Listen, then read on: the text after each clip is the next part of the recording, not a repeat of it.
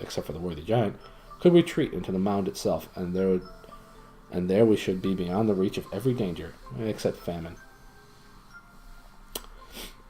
It is a good thing we have we have a learned man among us, said Troll Hunter. But Trumpkin muttered under his breath, "Soup and celery. I wish our leaders would think less about those old wives' tales and more about victuals and arms."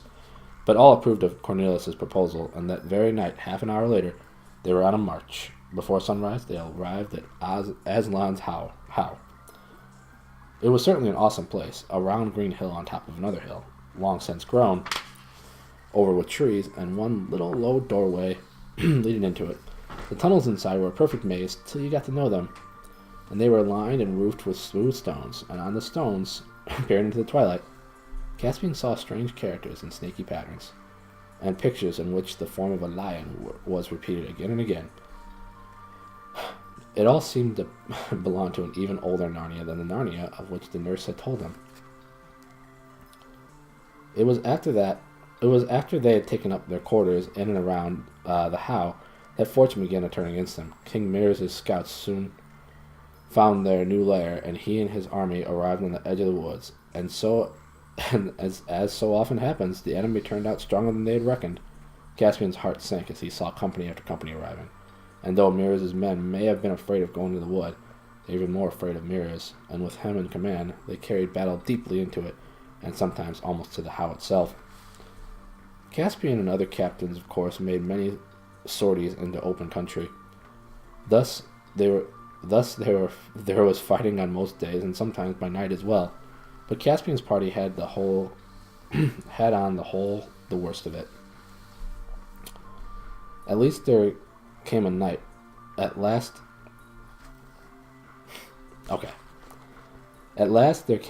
which everything had gone as badly as possible, and the rain, which had been falling heavily all day, had ceased at nightfall, only to give place to raw cold. That morning Caspian had arrived what was his greatest battle yet, and all hung their hopes on it.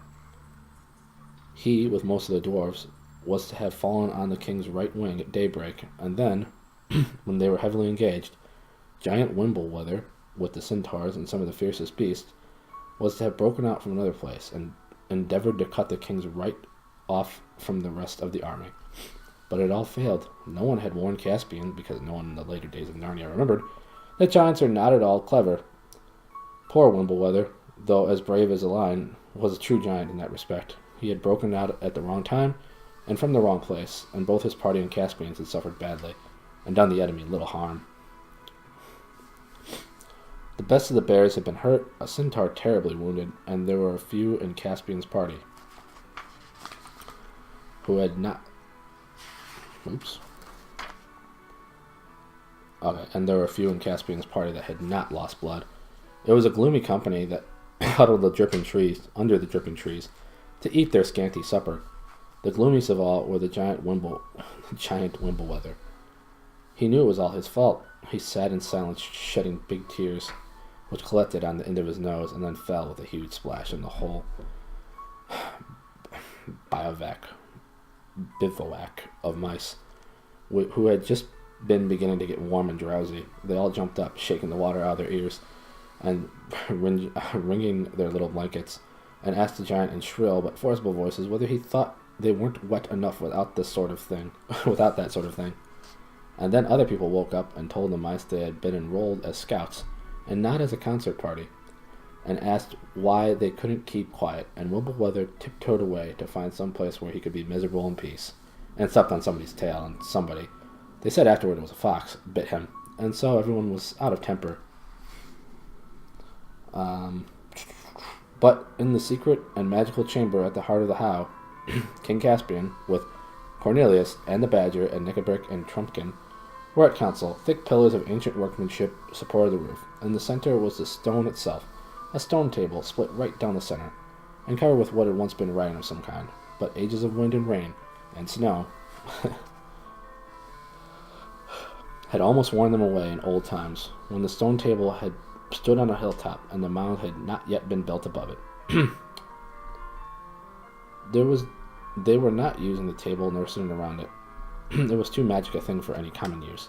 They sat on logs a little bit away from it, and between them was a rough wooden table, on which stood a rude clay lamp, lighting up their pale faces and throwing big shadows on the walls.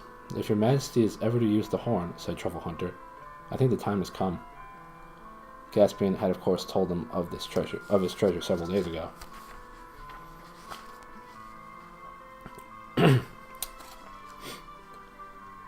"We are certainly in great need," answered Caspian, "but it is hard to be sure we are at our greatest. Supposing there came an even worse need, and we had already used it." "By that argument," said Knickerbrick, "your majesty will never use it until it's too late." "I agree with that," said Dr. Cornelius. "And what do you think, Trumpkin?" asked Caspian. "Oh, as for me," said the Red Dwarf, who had been listening with complete indifference, "your majesty knows I think the horn, and that bit of broken stone over there, and your great King Peter, and your lion Aslan, are all eggs and moonshine. It's all one to me when your majesty blows the horn. All I insist on is that the army is told nothing about it. There's no good raising hopes of magical help, which, as I think, are sure to be disappointed." Excuse me. "Then, in the name of Aslan, we will wind King Susan's horn," said Caspian. "There is one thing, sire," said Dr. Cornelius, "that should perhaps be done first. We do not know what form the help will take. It might call Aslan himself from overseas, but I think it's most likely to call Peter the High King and his mighty consorts down from our high pass. But in any case, I don't think we could be sure that the help will come to this very spot." "You never said a truer word," put in Trumpkin. "I think," went on the learned man, "that they or he will come back to one or other of the ancient places of Narnia. This, where we now sit, is the most ancient and most deeply magical of all, and here, I think, the answer is likeliest to come. But there are two others. One is Lantern Waste, upriver, west of Beaver's Dam, where the royal children first appeared in Narnia, as the records tell. The other is down at the river mouth, where the castle of Cair-vette once stood, and if Aslan himself comes, that would be the best place for meeting him too. For every story says that he is the son of the great emperor over the sea, and over the sea he will pass. I should like very much to send messengers to both places, to Lantern Waste and the river mouth, to receive them, or him, or it." "Just as I thought," muttered Trumpkin. "The first result of all this foolery is not to bring us help, but to lose us two fighters." "Who would you think of sending, Dr. Cornelius?" asked Caspian. "Squirrels are best for getting through enemy country without being caught," said Truffle Hunter. "All our squirrels, and we haven't many," said Knickerbrick, "are rather flighty. The only one I'd trust in a job like this would be Pattertwig." "Let it be Pattertwig, then," said King Caspian. "And who for our other messenger? I know you'd go Truffle Hunter, but you haven't the speed, nor you, Dr. Cornelius." "I won't go," said Knickerbrick, "with all these humans and beasts about. There must be a dwarf here to see that the dwarfs are fairly treated." "Thimbles and thunderstorms!" cried Trumpkin in a rage. "Is that how you speak to the king? Send me, sire, I'll go." "But I thought you didn't believe in the horn, Trumpkin," said Caspian. "No more than I do, your majesty." "But what's that got to do with it? I might as well die on a wild goose chase as die here. You are my king. I know the difference between giving advice and taking orders. You've had my advice, and now it's the time for orders." "I will never forget this, Trumpkin," said Caspian. "Send for Pattertwig, one of you. And when shall I blow the horn?" "I would wait for sunrise, your majesty," said Dr. Cornelius. That sometimes has an effect in operations of white magic. A few minutes later, Pattertwig arrived and had his task explained to him. As he was, like many squirrels, full of courage and dash and energy and excitement and mischief, not to say conceit, he no sooner heard it than he was eager to be off. It was arranged that he should run for Lantern Waste, while Trumpkin made their shorter journey to the river mouth. After a hasty meal, they both set off with the fervent thanks and good wishes of the king, the badger, and Cornelius. And that's the end of chapter 7. I gotta look at something. Duke.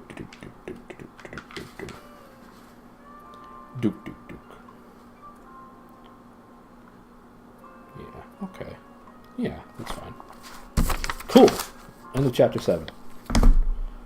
Wonderful. Wonderbar.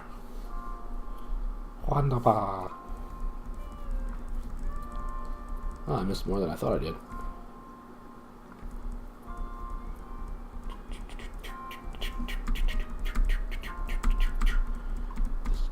scrolling music.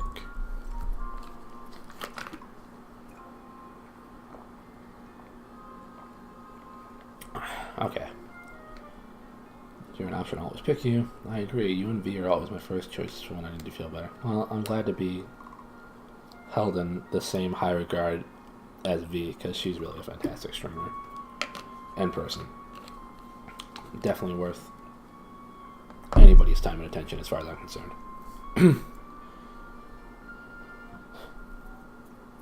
Hey, Tom.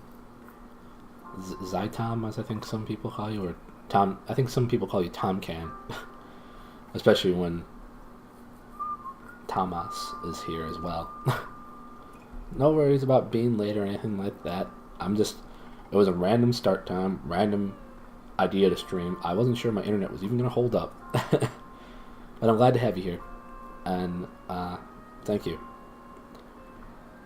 My internet's being rude now. Dan, I think I'm going to have to watch the VOD. Thank you for reading streaming charity. I'll read the next chapter excellently, I'm sure.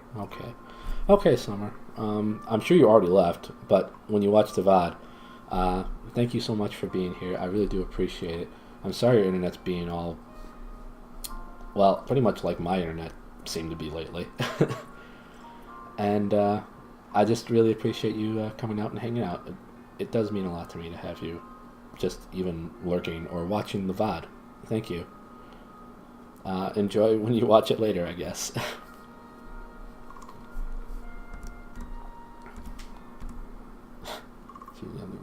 New improved. Tom? Yes, he meant me, the real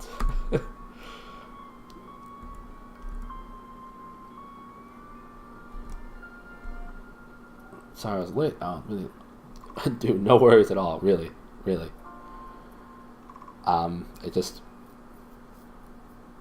It's not that important to be here, honestly. I appreciate you being here, of course, but you're never obligated or should feel a need to apologize if you show up late or anything like that. I just appreciate you being here for any time at all, for any length of time, really.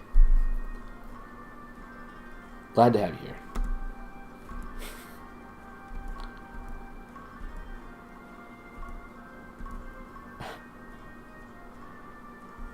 I'm sorry you've been crying most of the day. I hope that things improve tonight and tomorrow.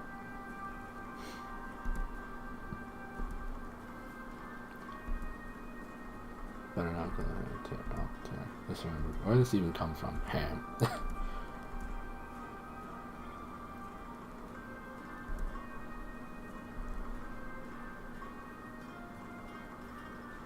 Excellent choice of music. I'm glad you like the music. It's just a random collection of YouTube music all put together. I think they call it like sleepy time music or something like that. Sleepy time video game music, I think, is what I looked up. I'm like, this seems like a right thing for me to play in the background.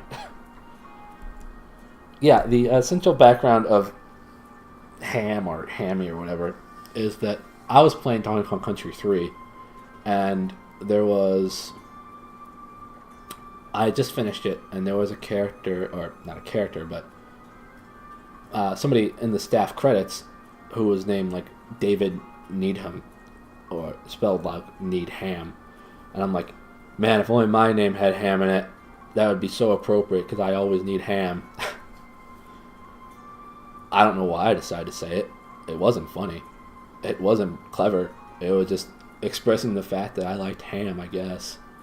And then Cass decided that it was good to call me Ham. I'm like, okay, fine by me, whatever.